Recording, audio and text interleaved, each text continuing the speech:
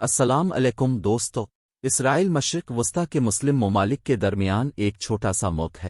برطانیہ نے 14 مئی 1948 کو فلسطین چھوڑ دیا اور یہودیوں نے اپنی ریاست اسرائیل کا اعلان کیا۔ اس کے بعد اسرائیل کی ریاست نہ صرف قائم رہی بلکہ اپنا اثر و رسوخ بھی بڑھا چکی ہے۔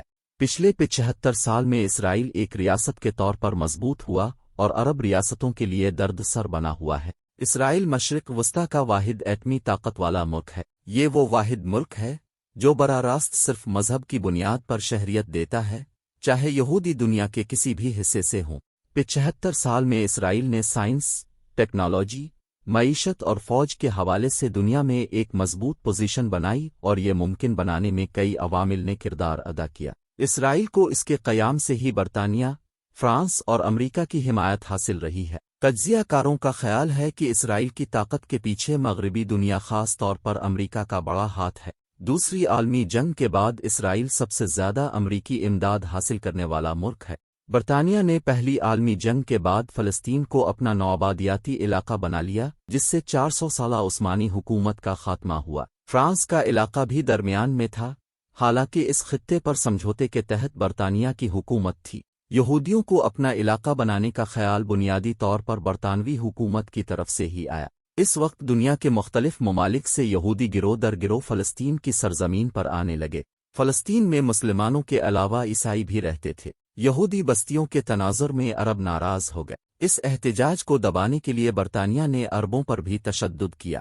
بعد میں اسرائیل کی ریاست کے اعلان کے بعد بھی فرانس اور برطانیہ بالواسطہ اور بلا واسطہ اس کے ساتھ تھے۔ ملایا یونیورسٹی کے پروفیسر ڈاکٹر سید محمود علی کا کہنا ہے کہ مشرق وسطی کے ممالک میں سے صرف اسرائیل ہی جمہوریت قائم کرنے میں کامیاب رہا اور اس جمہوریت کو فرانس اور برطانیہ کی حمایت حاصل تھی۔ دوسری طرف امریکہ اسرائیل کو تسلیم کرنے والا پہلا ملک تھا۔ امریکہ نے اسرائیل کی ریاست کو اسی دن تسلیم کر لیا تھا جب وہ قائم ہوئی تھی، لیکن اس خطے میں برطانیہ اور فرانس کا اثر و رسوخ زیادہ تھا۔ تاہم امریکہ کے ساتھ تعلقات 1956 میں دوسری عرب اسرائیل جنگ کے تناظر میں مزید مضبوط ہوئے۔ جب اسرائیل نے مغرب کی مدد سے مصر پر حملہ کیا تو سوویت یونین نے ان ممالک کی مدد کرنے میں دلچسپی ظاہر کی، جنہوں نے مصر کی حمایت کی، اور امریکہ نے مشرق وسطی میں سوویت یونین کو روکنے کے لیے برطانوی فوجیوں کی پوزیشن سنبھالی۔ London school of African and Oriental studies میں مڈل ایسٹ انسٹیٹیوٹ کے استاد اور مشرق وسطی کے محقق سید علی الوی نے BBC بنگلہ کو بتایا کہ اسرائیل بنیادی طور پر سپر پاورز کی حمایت سے وجود میں آیا،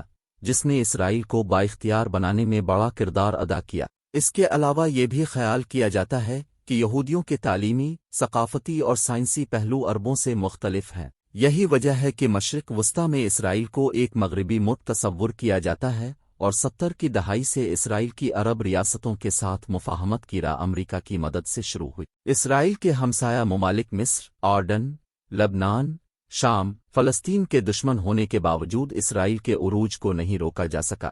اسرائیل نے اپنے پڑوسیوں کے ساتھ 3 بڑی جنگیں 1948، 1967 اور 1973 اور کئی چھوٹی جنگیں لڑی ہیں۔ ڈاکٹر محمود علی کے مطابق بقا کی جدوجہد نے اسرائیل کو مضبوط بنا دیا۔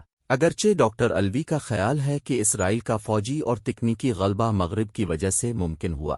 امریکی مخالفت کے باوجود ایران کی تکنیکی ترقی ہوئی، جبکہ اسرائیل کی ترقی کی وجہ امریکہ سے دوستی تھی۔ اسرائیل نے جدید ہتھیاروں، سائبر سیکیورٹی، فضائی دفاع، میزائل سسٹم اور انٹیلیجنس آپریشنز پر توجہ مرکوز کی۔ امریکی کانگریشنل ریسرچ سروس کی ایک رپورٹ کے مطابق امریکہ نے اسرائیل کی ٹیکنالوجیکل جدید کاری کو متاثر کیا۔ امریکی کانگریس نے مالی سال 2023 میں $520 ملین کے مشترکہ فوجی منصوبوں کی منظوری دی ہے، جس میں میزائل کی ترقی کے لیے $500 ملین بھی شامل ہے۔ ایک ریاست کے طور پر اسرائیل شروع سے ہی عسکری طور پر مضبوط ہونے کی کوشش کرتا رہا، کیونکہ عرب ریاستوں کے درمیان ان کے زندہ رہنے کا یہی واحد راستہ تھا۔ اسرائیل نے اپنی فوجی قوت کو حکمت عملی اور دور اندیشی کو مد نظر رکھتے ہوئے تیار کیا۔ ملک میں 18 سال کی عمر کے بعد تمام یہودی شہریوں کے لیے فوجی سروس لازم ہے۔ مردوں کے لیے 32 ماہ اور خواتین کے لیے 24 ماہ کی فوجی تربیت ہے۔ ڈاکٹر محمود علی نے BBC بنگلہ کو بتایا کہ فرانس نے اسرائیل کے جوہری ہتھیاروں کے پروگرام میں اس کی مدد کی۔ اسرائیل نے اپنے ایٹمی پروگرام کو انتہائی رازداری کے ساتھ آگے بڑھایا۔ امریکہ مشرق وسطی کے دیگر مسلم اکثریتی ممالک کو جوہری طاقت کے حصول سے روکنے کے لیے پرعزم تھا۔ برطانوی میڈیا دی گارڈین نے 15 جنوری 2014 کو اپنی ایک رپورٹ میں بتایا کہ امریکہ اور برطانیہ نے اسرائیل کے جوہری پروگرام پر بڑی حد تک آنکھیں بند کر رکھی ہیں۔ مغربی ممالک نے اس کے بارے میں نہ جاننے کا بہانہ کیا۔ نہ صرف فوج بلکہ دوسرے شعبوں میں بھی اسرائیل کی حیران کن کامیابیوں میں سے ایک اس کا زرعی شعبہ ہے۔ فلسطینیوں کو نکال کر اسرائیل کی ریاست قائم ہوئی تو پانی اور زرخیز زمین کی کمی تھی۔ اسرائیل ایک زرعی ریاست سے ہائی ٹیک اقتصادی نظام میں تبدیل ہو گیا۔ ملک نے جدید آبپاشی کے انتظام کے ذریعے صحرا میں مختلف اقسام کی فصلیں اگانے میں کامیابی حاصل کی۔ امریکی انٹرنیشنل ٹریڈ ایڈمنسٹریشن کے مطابق اسرائیل کی فوڈ پروسیسنگ انڈسٹری مسلسل جدت سے آگے بڑھ رہی ہے۔ اسرائیل کی فوڈ پروسیسنگ انڈسٹری نے سنہ 2020 میں 19 ارب ڈالر کی آمدن حاصل کی اور مسلسل بڑھ رہی ہے۔ اسرائیل جدید ٹیکنالوجی کے حوالے سے اثر و رسوخ رکھتا ہے۔